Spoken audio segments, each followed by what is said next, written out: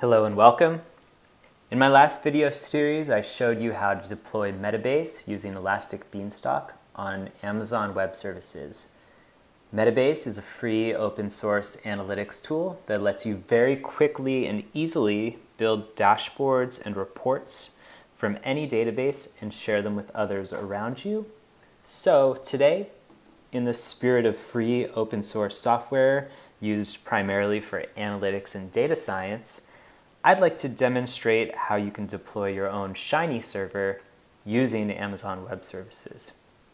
Shiny is an R package that makes it really simple, or at least relatively simple, to build powerful custom applications all written in R, no HTML, JavaScript, or CSS required, which is really great for data scientists like myself who love R and who don't have too much of a background in web development.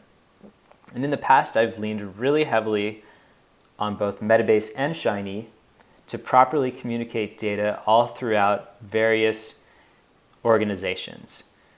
And while they're really easy to run locally and really powerful tools, something that I've seen a lot of data scientists struggle with is going from running these applications locally to running them on the internet, actually getting those services deployed so that other people around them can use them.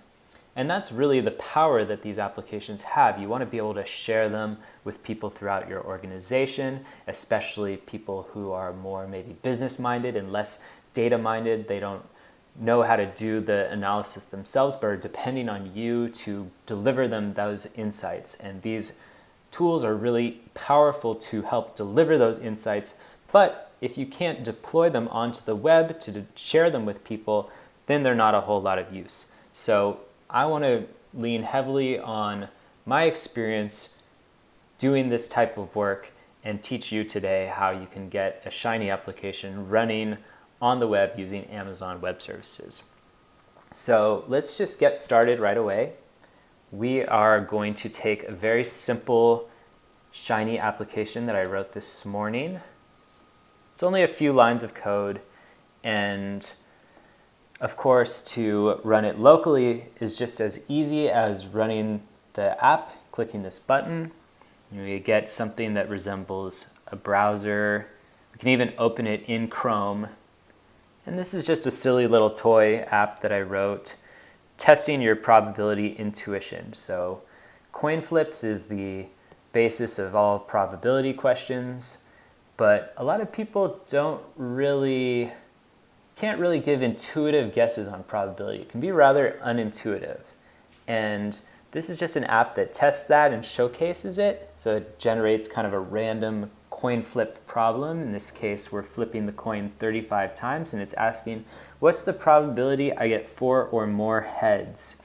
And I'm going to guess that seems pretty likely, getting 4 or more heads in that many flips, so I'm going to say 93%, 92%. I'm going to guess. Wow, so I was way off. The answer isn't 1 because it's rounded up, but it must be 99.99% or something like that. Let's just refresh it and do another one just for fun. Okay, this is a little bit more balanced. So 76 flips, what's the probability that I get 33 or more heads? I'm going to say that sounds about 50%. Whoa, okay. So yeah, this shows that I really have no idea I have no intuition for probability. So the probability of getting 33 or more heads is actually almost 90%, and I guess 50%. So that's not too good, but this is a cool app and it's very simple. So let's see if we can put it on the World Wide Web.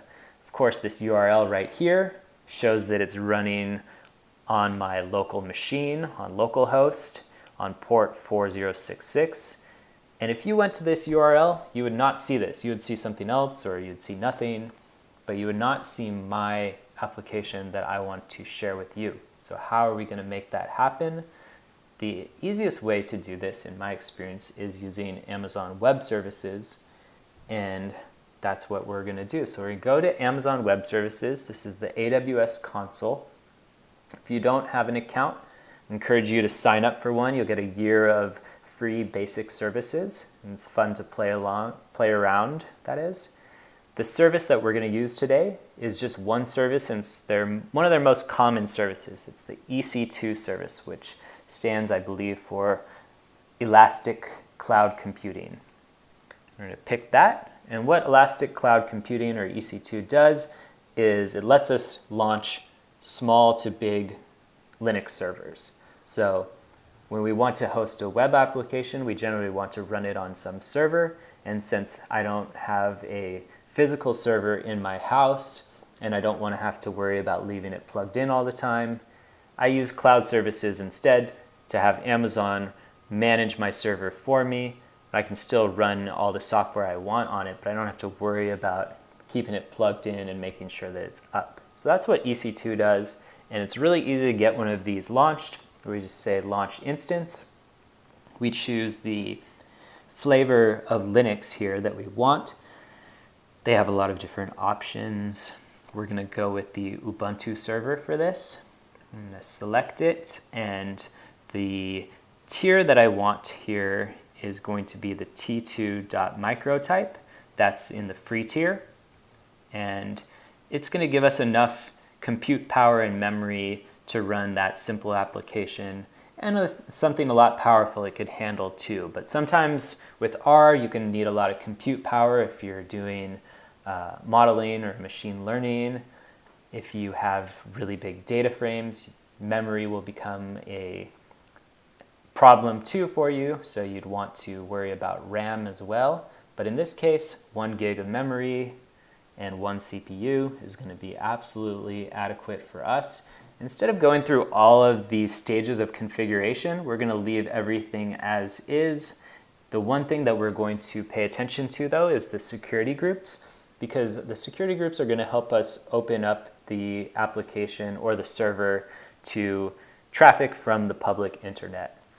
And these things can be a little bit confusing when you first see them, so I'll try to kind of explain them in a little bit more detail here. What we're doing here is we're taking a bunch of different protocols and their corresponding ports, and we're saying what IP addresses can use these ports and these protocols. So let's just go through it and maybe it'll make more sense. First, I'm going to give the security group a name. I'll just call it Shiny, and the description will be rules for our Shiny application. So the one that they default in there is SSH, which stands for Secure Shell, and that's how anyone remotely enters commands onto a Linux server. So I'm going to talk through my terminal to this terminal, or to this Linux server that we're going to launch, and the way I do it is through SSH. And so anytime you have a server, you're going to want some sort of SSH capability, which is why they already put that in as the first rule. And it's saying right here that any IP address can SSH into the server, provided that they have the correct private key. So it's still pretty secure, because no one else is going to have my private key, I hope. But just to make sure, I'm going to isolate it to my IP address, just to make it super secure. There's a couple more rules we're going to add here so that people can access this through their browser. And actually, Shiny server defaults to port 3838 for internet traffic.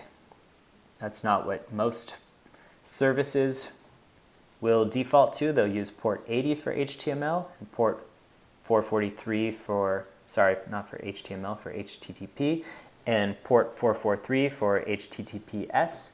But for some reason, Shiny decided to go with 3838. We're going to change that later on, but we just need to open it now for our demonstration. So we want to open that to traffic from anywhere, and then we're going to add the HTTP and HTTPS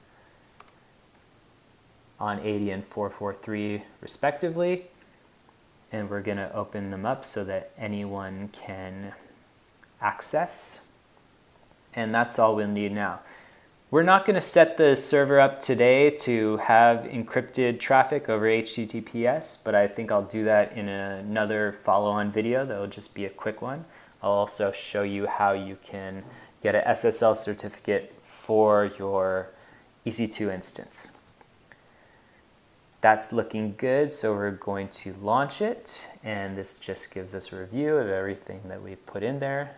Assume it's all going to look good, so I'm going to launch it. And lastly, they're asking for a key pair or to create a new key pair.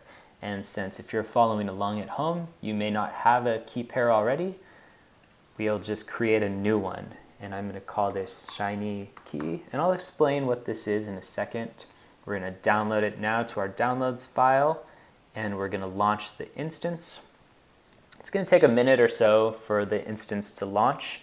And so while it's doing that, we're going to move that key pair and deal with that. First, I'm going to split screen this. It looks nice. And we can watch the launching of the EC2 instance right here. At some point, this will turn green. But right now, what I want to do, I'm doing this in the terminal because we're going to be using some hidden directories, and they're easy to access in the terminal and harder in things like Finder. So I'm going to move the key that we just downloaded, the Shiny Key, into .ssh, where all my private keys are stored. And if you've ever used SSH, you should have a .ssh directory placed in your home directory. So to go in there, you'll change directories in there. You should be able to follow along this with what I'm doing, provided that you've used SSH before. So now that key is in there. One thing I want to do to the key is protect it from being read by unscrupulous people. So I only want the root user to be able to read it. To do that, I'm going to chmod it with 400. That protects it so that only the root user can read the file. And then lastly, just to make our lives easier, we can see here that the instance is already running.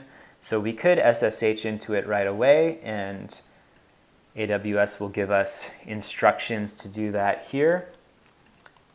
But, well, yeah, let's connect to it real quick, and then I want to show you something to make your life easier.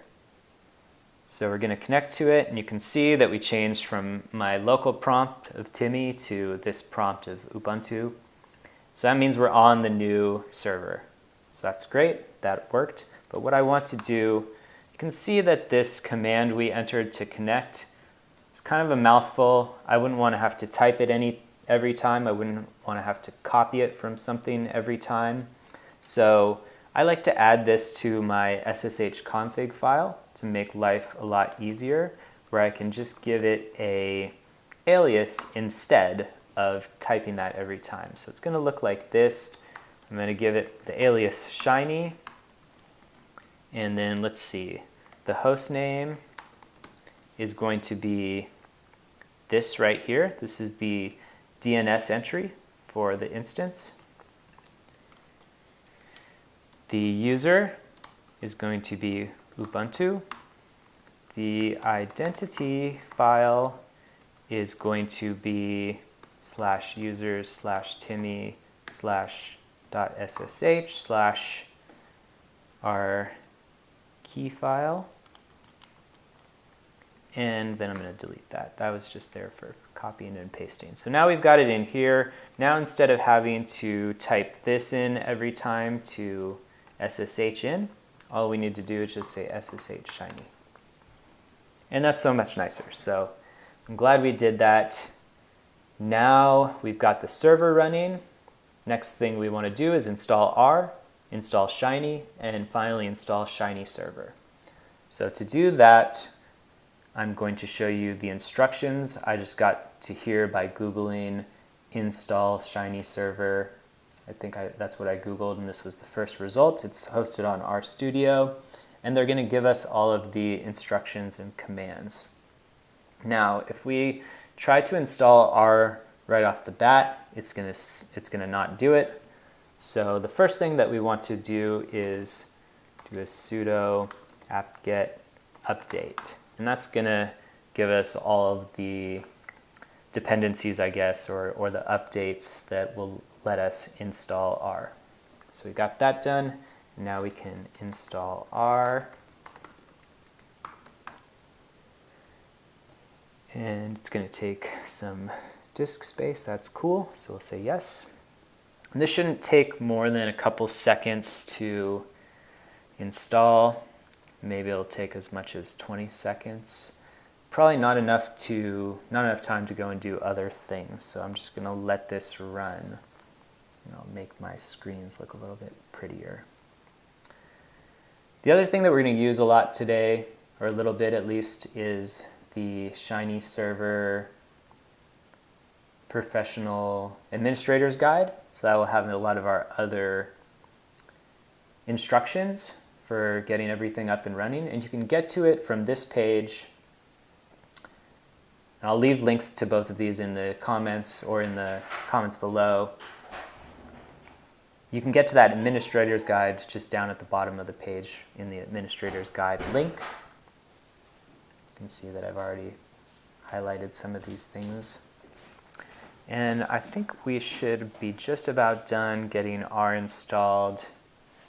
Yeah, I think in just a few seconds it should be done. There it is. It's done. So we've got R installed. Let's just check. R. All right, we've got the familiar R startup language and the prompt. So we can do things like df, so data frame, where x is 1. Yep, so this is just R running interactively on our Ubuntu server. That looks good. I'm not going to save the workspace. The next thing that we want to do is install the Shiny library. And we can do that by copying this command they've got right here for us. Just entering it in. And it's going to start downloading. Now this, if I recall correctly, is going to take a couple minutes. So while this is running, I'm going to show you how we're going to get the application code for our little test app over here copied over to the server. And I'm going to show you two different ways. The easiest way, of course, is if you've got that code already sitting on GitHub, which I do. I created a repository on GitHub and committed the code to it when I built it. People aren't always going to commit their code to GitHub, but if you do, the advantage of doing that is it makes it really easy to move that code around and to clone these repositories anywhere you want. So first I'm going to show you how we can do that. While this is still installing Shiny, I'm going to, I'm going to open up another terminal window and I'll make this a little smaller so we have more space here. I'm going to SSH back into the server. And my guess is that we have Git installed already by default. I'm just going to check. We do. So all we need to do here is take the URL for the repository and we'll just say git clone and we'll paste it here. It's going to clone all of the code that we have into a directory called Shiny Example. You can see that we have just a README file and an app file. It's a really simple application. And we've now got it sitting on the server so we can run it here. But a lot of times you're not going to have the code you want in Git. Maybe you just have it on your local machine. You didn't commit it to GitHub. And what do you do in those cases? So let's figure out what to do there. I'm going to remove the directory that we just created. And it's going to ask me this a bunch of times. So actually I'm just going to rf it. Cool. So now it's gone. So yeah, let's imagine we don't have the code at all on GitHub. Instead, we just have it. Let's see, I want to create another terminal window just for my local machine. Let's just imagine we have it on our local machine in this directory Shiny Example. So this is just sitting locally. Well, I can use SCP to securely copy it to the server. And since I already created that nice entry in my SSH config file, the syntax for this is going to be really easy. I think I need -r to recursively get all the files out. So I'll add that. I'm going to give it the directory name, and then I'm going to give it shiny, which is just the alias we used in the SSH config. And then I'm going to supply the path that I want it to land in. That's going to be /home/Ubuntu.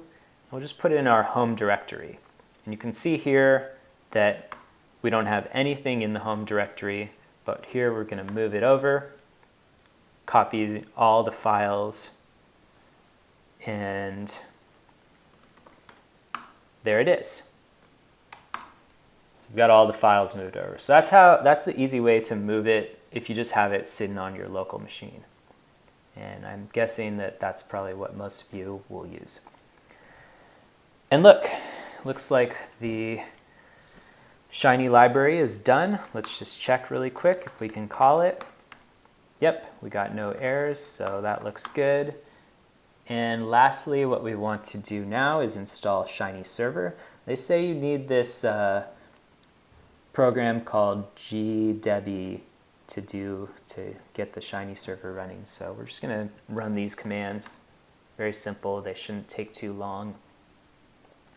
Once that finishes, we're going to get this file, which will help us, which then we'll unpack and install using gdebi.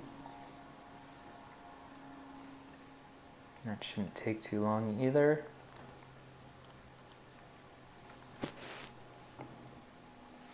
It's done. Now we'll do the last one. And it's asking us if we want to install it. Yes, we do. And this shouldn't take too long either. Cool. So we're all good, and it says it started the Shiny Server. So Shiny Server is running, and now we want to host our application on it. So how are we going to do that? The main way that you are going to interface and configure your Shiny Server is through the configuration file. And the path for that is going to be, it's owned by root, so we're going to need sudo for it. And since this is a basic Linux server, the editor that's going to be pre-installed on it is going to be Nano, not Vim or Emacs.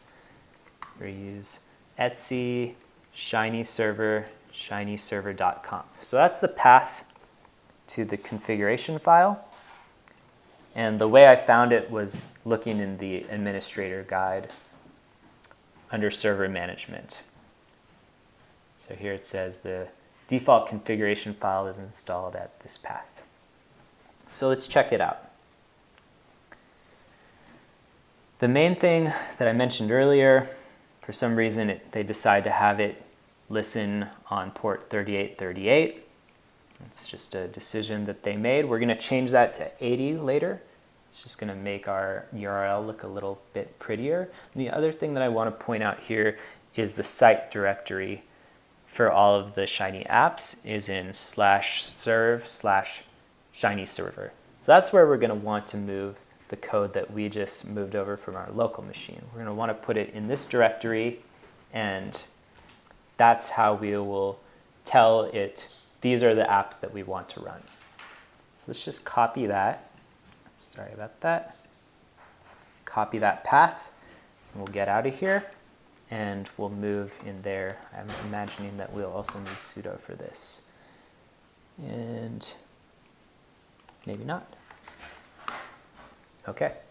I didn't know that sudo cd was not something that you could do, but good to know. All right, now we're going to move the application that we just scp'd over, which is in our home directory, and it's called Shiny Example. So we'll move that here. I don't know if we need -r. We'll try it. No, we don't need -r. Now we need sudo. Okay, sorry about that confusion. So now we can see that we've got the Shiny example here, and we should be able to now see this running on the web. How are we going to do that? We're going to take our DNS entry, which is here. Make this a little bigger. Copy this. We'll open it up. And like I said, it's 3838. And we called it Shiny Example. If all goes well, we should see it. And here it is. Now, unlike this, which was just running locally, this is running on the internet at this crazy looking address, which we'll address maybe in the next video. We'll put it behind a prettier one when we do all of the security stuff. But we can see that it's working here. We can pick again, 50%. Of course, we're wrong. This time the probability was only 3% that we were going to get 36 or more heads in 57 flips. So you can see my probability intuition is not so good. But of course, we're just in this fast and loose world of heuristically guessing, right? So I guess I won't give myself too hard of a time. All right, so this is looking good. We've got it up and running. And the last thing that I want to do before we close out is just change it to port 80 and restart the server. It's just going to make the URL slightly more attractive. I'm just going to go back and run that same command to edit the configuration file, sudo nano to this path. And I'm going to say, just to make the comments look nicer, change that to 80 and then change this to listen to port 80. We already made sure that was good in our security groups, so we shouldn't have to do anything on that end. But the last thing that we need to do is do a sudo systemctl restart Shiny server. And how did I know to do that? Administrator's guide. I just looked up how to restart it. And this is the command you'll use to restart it. If you want to stop it, you do this. If you want to start it, you do this. So we're going to restart it so it can recognize that we changed the configuration file. Now it's restarted, and now we're going to go back to this. I'm going to get rid of the terminal because we're all done there. You can see that it's disconnected from the server because it's no longer listening to 3838. But instead of putting 80 there, I'm just going to take everything out because this will default to port 80. So it's a little bit nicer to have it go to 80. And here we go. This is our app. It's looking good. Now we can share it with everyone in our organization. And even though this is just a simple toy example, you get how this could be a very powerful tool to use with your colleagues. You can create really powerful data applications where your users can interact and really immerse themselves in the data. And when you host it on the web, everyone can use it, which is really great. You can spread it throughout your organization. There are some ways to sort of make them more secure and add some permissioning so only people within your organization can log in. And to do that, you have to kind of step up to a more premium version of Shiny Server. I think they have instructions on the website on how you can sort of upgrade to the pro version. But it's a very, very powerful thing in general. And I hope by watching this video, you're going to go out and host a couple of these yourself.